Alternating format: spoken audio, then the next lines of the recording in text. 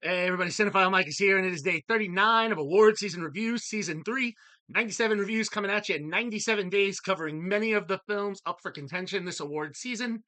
Now, as some of the films that I'm talking about may still be in theaters or awaiting a re-release, please know that all the statistical and award information I'm giving to you is current within 7 days of recording and posting.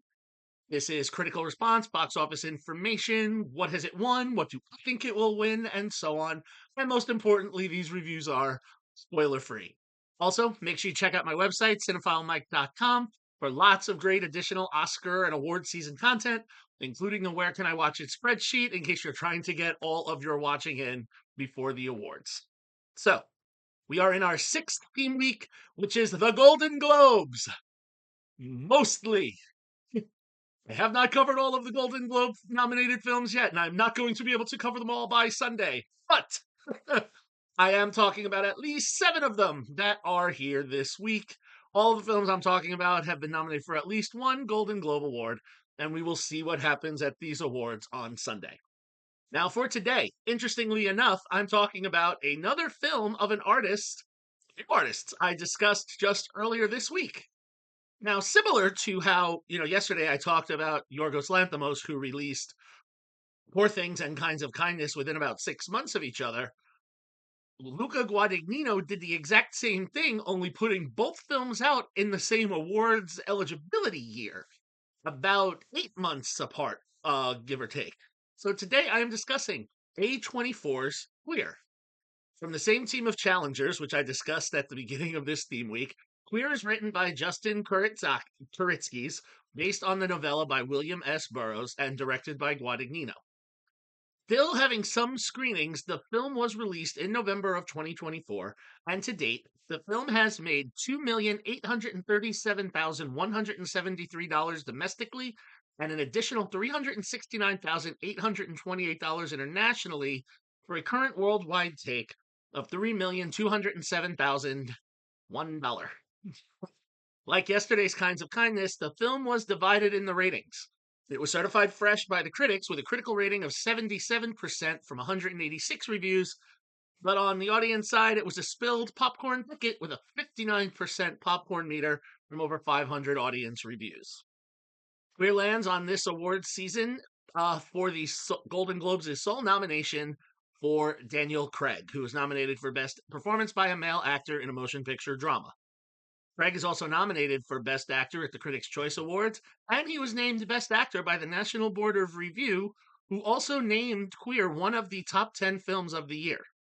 Craig has been the main nominee of the film across various film festivals and critics' awards thus far.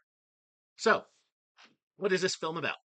Well, we have William Lee, played by Craig, who is living in Mexico City in the 1950s, enjoying a life of leisure, bar hopping, drugging it up, indulging in dalliances with younger men when he can. That one activity being one that he shares in common with his friend Joe, played by an almost unrecognizable Jason Schwartzman. Now, one day his attention is piqued by another young gentleman, another American living in Mexico City, Eugene Allerton, played by Drew Starkey. Pursuing Allerton, the two eventually, despite Allerton's initial rejections, do come together, form a relationship, consummate said relationship. However, Allerton always seems to keep Lee at an arm's length because he claims that he is not queer in the same sense that Lee is. So they go on, and then one day Lee suggests that Allerton accompany him on a trip to South America, as he hopes to find a drug that is said to give telepathic abilities. Succumbing, Allerton agrees, and the two travel to South America on their quest, and along the way, they will meet the very eccentric Dr. Cotter, played by Leslie Manville, who at first wants nothing to do with these two, but eventually decides to take them on a trip. A trip. And this trip will definitely be eye opening for both of our protagonists.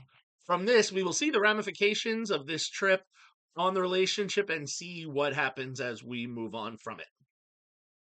This is an interesting film, and it does continue Guadagnino's trend of, like I've talked about, exploring these tense sexual dynamics. Like I talked about in Challengers, he's done In Bones and All, Call Me by Your Name. And while Koritsky's manages to capture some of this here, I mean, beautifully done in Challengers, he gets a little bit of it here, but it's not quite as explored. I mean, we get the relationship between Allerton and Lee, but it doesn't seem as fully developed. It could be because he's working with the confines of Burroughs's novella. I mean, honestly, I have not read William S. Burroughs' novella, so I can't say how accurate it is. But what was interesting is the two films are not necessarily that much different in runtime, but where Challengers moved, Queer was a little bit stilted and dragging at times. That said, Guadagnino is still able to pull very strong performances from his cast. Craig is obviously a standout and plays a character that has little pieces of Benoit Blanc from the Knives Out franchise, even if it's a little more grounded. And, he gives us this midlife crisis character who, despite their shortcomings and should maybe in some ways be an unlikable character, makes him, sympathetic. And also, it's worth noting, Manville was an incredible delight. Seeing her kind of play against the type I know her from in films like Phantom Thread or Mrs. Harris Goes to Paris. Um, her ayahuasca drinking jungle doctor was kind of a fun departure to see. Visually, I have to say the film captured the 1950s aesthetic perfectly. Guadagnino reteamed with his frequent cinematographer, Sayambyu Mukdeepram, who did Challengers and Call Me by Your Name. So he really gives us some really unique images, especially that trip that I talked to you about that they go on. And also, for want of spoilers, there's another scene that's really a mind trip of its own. It comes in the latter part of the third act with some really interesting camera work that really makes you feel a little off kilter, but it's an enjoyable one to go on. So, Oscar chances for Queer. Could Craig enter that best actor race? I think there's enough there. He's pretty much been dominating, not necessarily winning everywhere, but he has been receiving a lot of nominations and recognition. And a lot of my fellow critics out there and a lot of documentation say he is the strongest thing in the film, gives a nice performance. So I think there's enough that we could hear his name called, which would lead to him finally receiving his first career nomination at the Oscars. Um, I don't think that it's really going to enter many of the other races. A lot of the folks involved with this were involved in Challengers. I know that's getting a little more steam. I mean, there's two different companies, but A24 has a lot of other films that they're promoting this season. So besides, backing Craig, I don't know if they're necessarily going to push this film in many of the other categories. I don't know if it's quite going to get the bang for the promotional buck. Again, we will see what happens when those announcements are called on January 17th. We're about a week and 2 weeks away from that. In all, this film, I was excited to see this. I'm a Guadagnino fan, but it just left me wanting something a little bit more. But that aside, it is still a solid 4-star film with an incredible performance by Craig. If you would like to see Queer, there are still some theatrical releases, some screenings still happening around the country.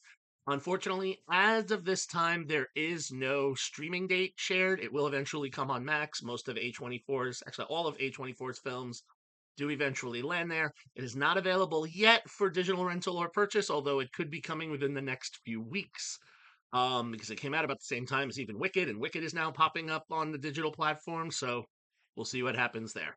Keep checking the Where Can I Watch It spreadsheet for that updated information. So there it is, 39 down, 58 to go. As always, if you like what you heard here, please click that subscribe button, like the video, spread the word. You can follow me, Cinephile Mike, on all social media platforms and on Letterboxd. Find lots of great award season coverage on my website, cinephilemike.com, along with some other special um, 2024 reviews and my top 10. It's all coming to you soon. All right. Until next time, everyone, this is Cinephile Mike saying take a break and watch something new.